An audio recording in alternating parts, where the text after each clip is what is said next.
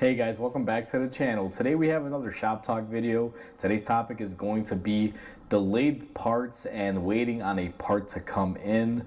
It's happening a lot more often in today's modern world than it's ever been before. So I wanted to go over this topic with you guys. Now before we go ahead and begin, if you guys haven't subscribed to the channel, hit the subscribe button down below. Definitely smash that like button because it helps the channel out. And with that said, let's go ahead and get started on today's topic. The reason why I'm making this video and want to cover this topic today, guys, is because there has been a lot of issues in the last couple years with me and parts and back orders or things not being available.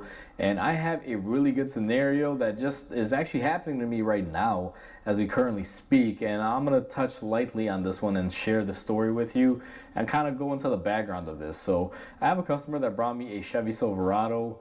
Had a issue with it cutting off, running rough. I diagnosed it, and it's basically a failed fuel control module. On these particular trucks, it's located in the back underneath the bed. They're subject to going bad because water and everything bad gets on it and just corrodes them. So I need this fuel control module for this truck. Now, about 2 or 3 weeks ago, this customer brought me the vehicle. It came in on a tow truck. And I actually found the part and I ordered it up and it was delivered to my shop. The customer at the time had a little bit of struggle and he's like, you know what, unfortunately I can't do it at this point in time. The money's not there. So can I put a hold on it for a couple weeks? He's like, if you want, I'll pick up the truck. I just got to gather some money. And I told him, do whatever you want, leave it here or pick it up. It makes no difference. Now, at this point in time, since it got towed in here, between towing it and in the shop, the car started running again. It was starting up and running, no misfires, just had a check engine light. And the guy said, you know what, I'm going to pick it up and drive it and save some money and use it for work because it's his work vehicle. And I'll bring it back to you when I got the money to fix it. I was like, okay, not a problem. So it's been about a month or 3 weeks, I want to say. And the truck clunked out again. And the customer told me, all right, you know, I've saved up the money. Let's go ahead and replace this control module. So I go call my supplier. I'm like, hey, I bought this control module like 3 weeks ago. I had to return it because, you know, customer didn't have the funds. Can you go ahead and send it back over to me? And they're like, oh yeah, sure thing. Let us order it up. So they go on their computer. I hear the keyboard clicking and they're like, oh, wait a minute. I was like, uh-oh, something's not right. So they're looking around like, unfortunately, that part is on national back order. And I'm like, national back order? What do you mean? Like a couple weeks ago, you guys had, I think, like 3 or 4 of them in stock. And I actually bought one. They delivered it.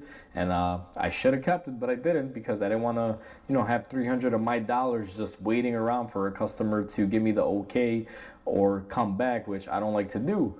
And they're like, yeah, I mean, he's like, we did have a lot of these. And for some reason now, they all sold out. About 2 weeks ago, we had a whole big thing where everyone started buying them. And I was like, oh crap. So I did a little bit more research, tried looking up the same part online through different vendors, this and that, and absolutely nothing, guys. National back order. And I was astonished. So I already had talked with the customer and gotten the okay on this because I failed, and this is my fault, I failed to double check with the part before I called the customer. And that's something that I rarely do, but since I already had previously ordered that came to the shop, I figured they have it. They probably still have the same one on the shelf because even though it's a common item, you can always find them. And it never crossed my mind, you know, I call it a blunder. So what I always typically do is I verify, then I call the customer. In this scenario, I already knew the prices. I already had the estimate pre-built from a couple weeks ago. So I just told them this is the price, we'll get it done and call it a day.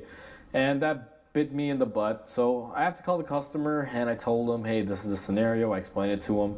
And he's like, I completely understand. It is what it is. So I was like, the only thing I can do now is wait and see if that updates or, you know, whatever option you want to do. Now, the customer is thinking about getting a used one. And I told him, listen, I will not be sourcing a used part for you on this. I don't do used computers or electronics. So however you want to do it, however you want to fix it, it's up to you. And he's like, okay, you know, I'll figure that out. Until this day, right now it's been like a day or two, I'm still waiting for the outcome of this. Last that I talked to the customer, he said he found one, but it's going to take like a week to get or something of that nature. And I was like, okay, that's perfectly fine because I can't order it online and offer a warranty if it doesn't come from a vendor that I work with either way. So I was like, if you want to leave the truck here, order it, give it to me whenever you can. And with that story, guys, it's just amazing to me because I've ran into this issue more than one time, and I'm just so shocked that in today's modern world we don't have availability on certain parts, and that it takes so long to produce them or manufacture them.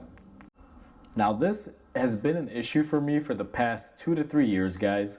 Ever since we went into lockdowns and, COVID happened and there were shortages of raw materials and everything going on in the world, it's been very difficult to ascertain certain parts. I don't know what has really changed in the supply chain or what is disrupting it, because I remember pre 2020, there were some parts that would be on back order and they would have an ETA time of, let's say, even like a month or 3 weeks or 2 weeks, which was very minimal at those times. Meaning, I mean, I'll be honest with you, about 95% of the time, if I needed a part pre 2020, even if it was a dealer part, very rarely would I ever get a call from a dealer saying, hey, it's on back order, or from any parts store saying, we don't have it, or it's on back order. I always got the response of, hey, we don't have it here, it's in a warehouse, it'll take 2 days to get, or hey, that part is on back order and the ETA date is a week from today. And it was always very clear cut and concise. It wasn't, just kind of up in the air whenever it would happen. Now, going forward, 2020 happened, everything that, happened in the world those times.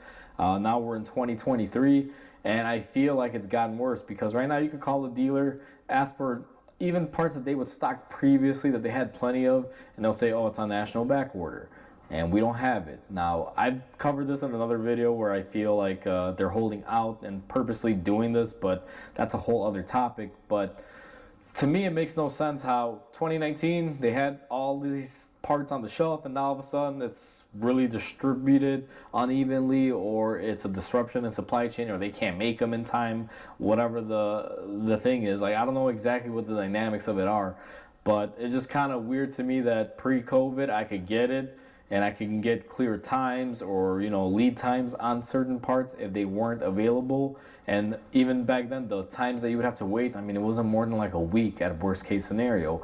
Versus now, if there's no part, they have no availability. They don't know when they're going to produce them again or what the outcome is.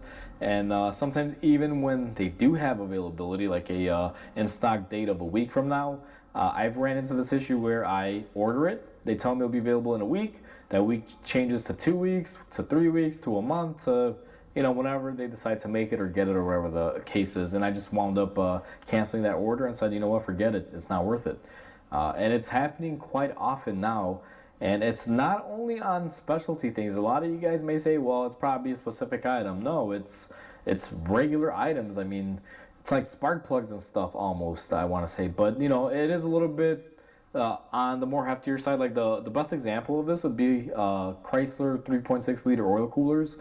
For a while, pre-2020, you could find them at the dealers. And after 2020, like 21, 22, I remember there was a national shortage where you couldn't find them anywhere. The dealers didn't have them.